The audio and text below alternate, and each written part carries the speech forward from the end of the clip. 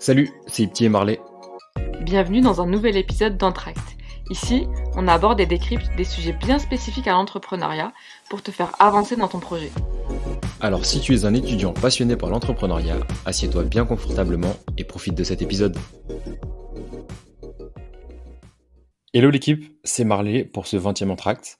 Ça fait déjà quand même 20 semaines qu'on fait ce podcast avec Ipti et vous êtes toujours autant présents, donc ça fait super plaisir. Merci à tous ceux qui répondent présents à nos entretiens, ça nous aide vachement pour la suite et on espère pouvoir créer quelque chose de très cool grâce à tout ça. Si toi qui écoutes ce podcast, tu veux nous aider aussi à créer notre offre, je te remets en description le lien pour nous laisser tes coordonnées et qu'on puisse te recontacter rapidement. Si tu te demandes ce que c'est un moment d'échange qui dure 30 minutes à peine, où on te pose quelques questions pour en apprendre plus sur toi, mais c'est aussi le moment de parler de ton projet avec nous si t'en as un. Bref, revenons sur le sujet de cet épisode. Comment est-ce qu'on génère nos premiers euros de chiffre d'affaires lorsqu'on lance un projet? Le premier conseil que j'ai à te donner pour ça, c'est de passer à l'action le plus rapidement, le plus vite possible. D'autant plus si ton projet est digital. Tu dois être capable de bâtir une offre très rapidement, basée sur tes connaissances du marché et tes différents coûts, bien sûr, mais sache que ton offre est vouée à évoluer à l'avenir. Donc ne cherche pas à avoir une offre parfaite, ça n'existe pas et de toute façon, tu n'y arriveras pas. Au niveau du pricing, dans un premier temps, base-toi sur ce qu'il y a sur le marché, mais adapte ça en fonction de toi. Est-ce que ce que tu proposes a plus ou moins de valeur que ce que font tes concurrents? Quels sont tes différents coûts? Combien de bénéfices tu espères pouvoir générer avec ce type de projet, etc. Et dis-toi que ton prix va sûrement aussi s'adapter au fur et à mesure de ton évolution. Au niveau du prix, si tu hésites entre deux tranches de prix, commence toujours par la tranche la plus haute. Pourquoi? Parce que c'est toujours plus simple de baisser son prix que de le monter une fois qu'on a ses premiers clients. Pour ça, tu peux utiliser des outils no-code qui vont t'aider à faire les choses rapidement, que ce soit un site web, un checkout de paiement, une page de vente unique, des prototypes produits, etc., etc. On a sorti un entracte sur ça d'ailleurs, donc c'était il y a quelques semaines. C'est 11 outils plus un bonus pour te lancer, donc n'hésite pas à aller checker ça. Pour passer à l'action le plus rapidement possible, ce que tu peux faire, c'est de te poser des deadlines, les plus courtes possibles toujours. Ça va te permettre de te mettre un coup de boost pour avancer sur ton projet et surtout arrêter de toujours remettre les choses à demain. Tu sais ce qu'on dit, donne 4 jours à quelqu'un pour effectuer une mission et il la fera en 4 jours, donne-lui une semaine pour effectuer exactement la même mission et il la fera en une semaine. Laisse-moi te raconter rapidement comment moi j'ai généré mes premiers euros avec mon e-commerce Japan Inbox. Je me suis posé une grosse deadline, c'était l'année dernière, c'était le 20 mars 2021. Je voulais qu'à cette date, mon projet soit totalement prêt à être lancé et sans aucun défaut. Tu me vois venir, mais c'était une énorme erreur. J'ai lancé mon e-commerce à cette date, et après avoir travaillé des semaines dessus, j'ai généré seulement un peu moins de 400 euros en moins d'une semaine. Tu t'en doutes, ça a été un peu un flop pour moi. Après, j'ai quand même relativisé et je me suis dit, bon, 400 euros, c'est quand même une certaine somme, et j'avais quand même réussi à avoir des commandes, ce qui au fond n'était pas si mal. La suite, je pense que tu t'en doutes un peu, mon offre a carrément changé. Et ça m'amène au deuxième point que j'ai pour toi, pour générer tes premiers euros, qui est de constamment améliorer ton produit. Dis-toi que la satisfaction client doit être ta priorité. Perso, j'ai un peu du mal avec la phrase, tu sais, le client est roi. Pour moi, c'est la satisfaction client qui est reine dans l'histoire. Parce qu'un client satisfait, c'est un client qui te recommande. Mais dans le fond, si tu as un client chiant qui vient vers toi, bah là, le client, il est clairement par roi. Tu dois pas hésiter à le renvoyer chier. Tout ce qui va t'apporter, c'est une perte de temps et une perte d'énergie, et même parfois ça peut être une perte d'argent limite, donc franchement ça vaut pas du tout le coup. Le produit parfait n'existe pas, alors commence avec un MVP, un produit minimum viable en français, qui répond à la problématique que tu essaies de résoudre.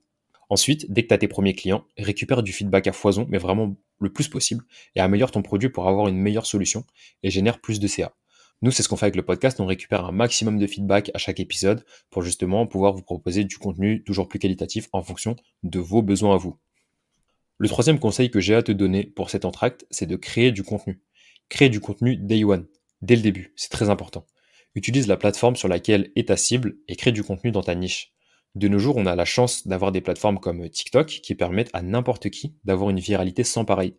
Donc tu te dois de profiter de ce genre d'opportunité. Après, tu as d'autres plateformes de contenu, bien sûr. Typiquement, tu as YouTube qui va te permettre de construire une stratégie beaucoup plus long-termiste, mais qui va vraiment te permettre de te positionner comme un expert sur ton sujet. Mais tu as aussi LinkedIn, la plateforme experte dans le B2B, qui va te permettre de créer un personal branding fort et puis de te faire reconnaître au niveau de ton audience. Si tu veux des exemples de marques qui se sont lancées avec une création de contenu plutôt cool, je te mets en description les sites de Rebelle et de Quash, donc de Céline et de Yann, qui ont su créer du contenu via les différentes plateformes et qui ont réussi à exploser leur objectif de vente en quelques heures à peine. Ils sont passés par des plateformes de crowdfunding au début, tu sais, c'est les plateformes sur lesquelles tu te fixes des objectifs de vente, et d'ailleurs, ils les ont vraiment explosés. Et ils ont fait ça parce qu'ils avaient besoin de financement pour commencer leur production. Céline, c'était des bonbons sans sucre, et Yann, c'est un kit d'entretien pour chaussures. D'ailleurs, c'est même plus c'est pas n'importe quelle chaussure, c'est plus des baskets, des sneakers. Et bah d'ailleurs, instant promo, si tu portes des sneakers et que tu veux prolonger leur durée de vie, la campagne d'Ulule de Yann, elle est toujours en ligne. Donc tu peux commander ton kit Quash dès maintenant. Pour la création de contenu, c'est pareil. Arrête de te poser 10 000 questions et lance-toi. En publiant au début, tu remarqueras ce qui marche et ce qui ne marche pas dans tes contenus et tu pourras t'améliorer par la suite. Donc voilà, on arrive sur la fin de cet entracte. Je te fais un bref récap des conseils pour générer tes premiers euros de chiffre d'affaires. Le premier, c'est vraiment lance-toi. Lance-toi et propose ton offre sur le marché le plus rapidement possible. De toute façon, il n'y a que le marché qui connaît la vérité et seul le marché te dira si ton projet tient la route ou non. C'est pas tes potes, c'est pas tes parents, mais c'est le marché. Ceux qui vont sortir leur carte bleue pour vraiment te financer. Améliore ton produit, c'est le deuxième conseil. Une fois que tu as lancé ton projet, chope des feedbacks et améliore ce que tu viens de proposer.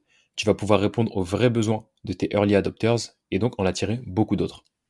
Et le troisième conseil que j'ai à te donner, c'est créer du contenu. Tu peux pas lancer un projet en 2022 sans créer de contenu. Enfin si, techniquement tu peux, mais aller chercher des clients, c'est énergivore, et quand on passe par des phases où on prend beaucoup de portes, c'est vraiment jamais simple. Crois-moi, moi j'ai été sales, donc je sais de quoi je parle. Juste avant de te laisser, pense bien à remplir le formulaire en description pour nous apporter ton aide. Même si tu as écouté qu'un ou deux épisodes du podcast, ton aide, elle nous est vraiment précieuse. Je te dis à bientôt pour un prochain épisode. C'était Marley. Ciao. Si tu es arrivé jusque-là, c'est que l'épisode t'a sûrement plu. On est des fans de feedback, alors mets-nous un message en commentaire ou sur nos réseaux sociaux pour nous dire ce que tu en as pensé. Et si l'épisode t'a vraiment plu, n'oublie pas de nous mettre les 5 étoiles ou liker sur ta plateforme d'écoute. Ça nous aidera à avoir plus de visibilité. À bientôt pour un prochain épisode.